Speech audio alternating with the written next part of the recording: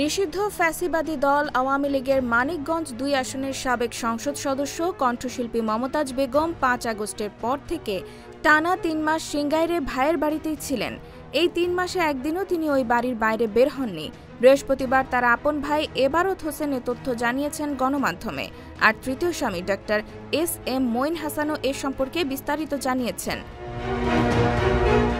এর আগে সোমবার ঢাকা মহানগর গোয়েন্দা পুলিশের একটি দল ধানমন্ডির একটি বাসা থেকে মমতাজ বেগমকে গ্রেফতার করে।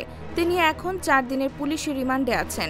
বৃহস্পতিবার দুপুরে এবারত হোসেন জানান, তার বোন ৫ আগস্টের পরের দিন থেকে টানা ৩ মাস সিংগাইরের চর দুর্গাপুরে আমার বাড়িতেই আত্মগোপন করেছিলেন। আমার স্ত্রী, সন্তান ছাড়া পাশের বাড়ির কেউ জানতে পারেনি আপার আত্মগোপনে থাকার তথ্য। এ সময় তিনি দলের নেতাকর্মী সহ সব শুভাকাঙ্ক্ষীদের সঙ্গে মোবাইলে যোগাযোগ বন্ধ করে দেন। কেউ প্রয়োজন হলে আমার মাধ্যমে যোগাযোগ করতেন। স্থানীয় সূত্রগুলো জানিয়েছে, মমতাজের ভাই এবারতের বাড়ি সহ আশেপাশের এলাকা সিসি ক্যামেরা দ্বারা নিয়ন্ত্রিত। বাইরের কাউকে বাড়ির আঙিনায় ঢোকা মাত্র তাদের বাড়িতে কেউ নেই বলে জানিয়ে দেওয়া হতো। সিংগাইরের আইনশৃঙ্খলা বাহিনী সহ বিভিন্ন গোয়েন্দা সংস্থার নজর এড়িয়ে মমতাজ বেশ আয়েশিভাবে এই ভাইয়ের বাড়িতে ৩ মাস কাটিয়েছেন।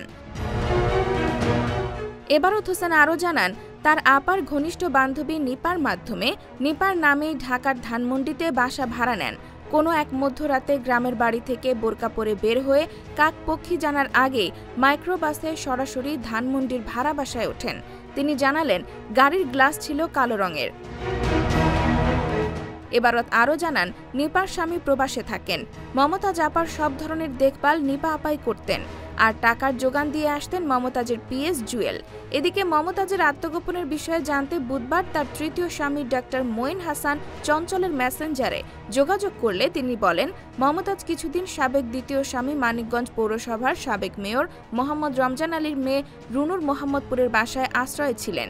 এরপর তিনি নিপার ভাড়া করা বাসায় থাকতে শুরু করেন। IBTV USA, new York.